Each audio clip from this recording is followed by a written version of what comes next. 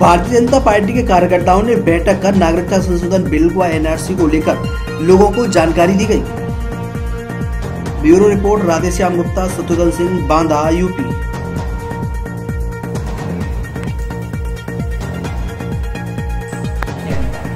2019 में पारित हुआ, आप सब लोग जानते हैं।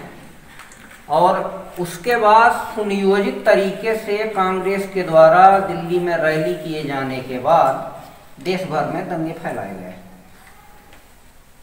सोनिया और राहुल की जिस दिन दिल्ली में रैली हुई तो आप लोगों ने सुना होगा, उन्होंने कहा कि आप लोग घरों से बाहर निकलिए, यानी इंडिकेशन था एक विशेष समाज को जो है कि घरों से बाहर निकलो, दंगे फैलाओ। तो ये नागरिकता संशोधन अधिनियम लाने की जरूरत क्यों पड़ी और ये है क्या? तो नागरिकता संशोधन अधिनियम, ज्यादातर लोग आप सब जानते होंगे, समाचार सुनते हैं, सब लोग पढ़ते हैं पेपर। पाकिस्तान, बांग्लादेश और अफगानिस्तान में जो हिंदू, सिख, ईसाई, पारसी, जैन और ये बौद्ध धर्म के लोग हैं, ना के बराबर बचे, तो उनको भारत में नागरिकता देने का संबंधी अधिनियम है। यानी जो लोग वहां से छोड़ के भारत में पड़े हुए हैं और उनको नागरिकता नहीं मिली, वो सड़क में पड़े हैं, उनकी 2-2, 3-3 पीढ़ियां बीत गई, उनके बच्चों का कहीं एडमिशन नहीं होता, उनके पास राशन कार्ड नहीं है, उनके पास कोई व्यवस्था नहीं है, लावारिस अवस्था में जी रहे हैं। तो मोदी सरकार ने जो है उनको नागरिक बनाने का नियम पारित किया, जिसका विरोध देश के जो है तमाम विपक्षी पार्टियों और एक वर्ग विशेष कर रहा है। तो इस अधिनियम को लाने की आवश्यकता क्यों पड़ी?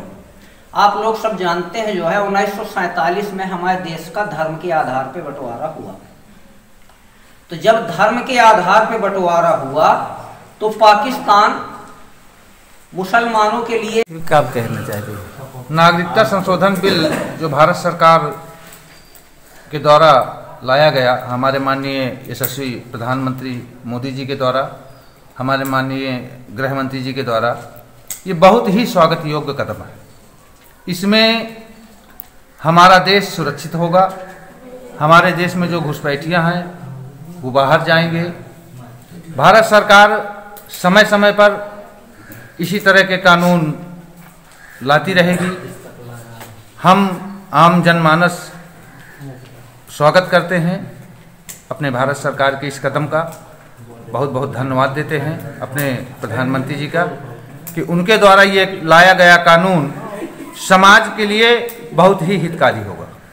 धन्यवाद। एक बात स्पष्ट कर देना चाहता हूँ कि भारत सरकार के द्वारा लाया गया कानून किसी भी स्थिति में जो यहाँ पर एक भ्रम पैदा कर दिया गया है मुसलमानों को लेकर के, मुसलमानों को देश से निकाला जाएगा यानी उनकी नागरिकता समाप्त की जाएगी, तो ये बात मैं पूरी तरह से स्पष्ट करना चाहूँगा कि देश के मुसलमानों से, देश के नागरिकों से ऐसा कुछ भी लेना देना नहीं है। ये जो कानून आया है केवल घुसपैठियों के लिए, जो देश की सीमाओं से गलत ढंग से जो है हमारे देश की सीमा पर आ गए हैं और यहाँ गलत ढंग से तमाम तरह के जो है वो उनकी मानसिकता, दूषित मानसिकता के चलते तमाम तरह के ऐसे कांड भी करते हैं जिससे हमारे देश की स्थिति में थोड़ा वो हो रहा है। तो इसके चलते भारत सरकार जो है ये जो कानून लाई है, ये कानून कहीं ना कहीं सराहनीय है और पूरा देश एक स्वर के साथ इसका स्वागत करता है। आप क्या कहना चाहते हैं? मैं तो सबसे पहले नागरिकता संशोधन अधिनियम बिल भारत सरकार के द्वारा जो लाया गया है, सबसे पहले मैं अपने भारत सरकार के गृह मंत्री और प्रधानमंत्री को बधाई देना चाहता हूं। हृदय से उनका बहुत बहुत धन्यवाद करना चाहता हूं कि इतना अच्छा कार्य उन्होंने किया है कि कम से कम हमारे पाकिस्तान और अफगानिस्तान, बांग्लादेश में हमारे हिंदू भाई, सिख, पारसी, बौद्ध धर्म के जो अनुयायी थे, वो हम लोगों के जो भाई हैं, वो लोग भी जो है अल्पसंख्यक हैं वहाँ उन देशों में, क्योंकि वहाँ बहुतायत संख्या में एक ही जाति और एक ही विशेष समुदाय के व्यक्तियों के बीच में वो रहते थे। जैसे हमारे देश में मुस्लिम अपने आप को अल्पसंख्यक कहते हैं, जबकि वो अल्पसंख्यक आज की तारीख में नहीं है भारत देश में, वो बहुसंख्यक है हमारे यहाँ। और ईसाई और पारसी, जैन धर्म के लोग आज भी हमारे यहाँ अल्पसंख्यक हैं। इसी तरह अफगानिस्तान, पाकिस्तान, बांग्लादेश में जो हिंदू और मुस्लिम, वो पारसी, जैन, ये लोग बौद्ध धर्म के जो लोग हैं वो अल्पसंख्यक हैं वहाँ। वो हमारे देश में आए, आज सैकड़ों वर्ष से पड़े हैं हमारे यहाँ, 50 साल से पड़े हैं भारत में।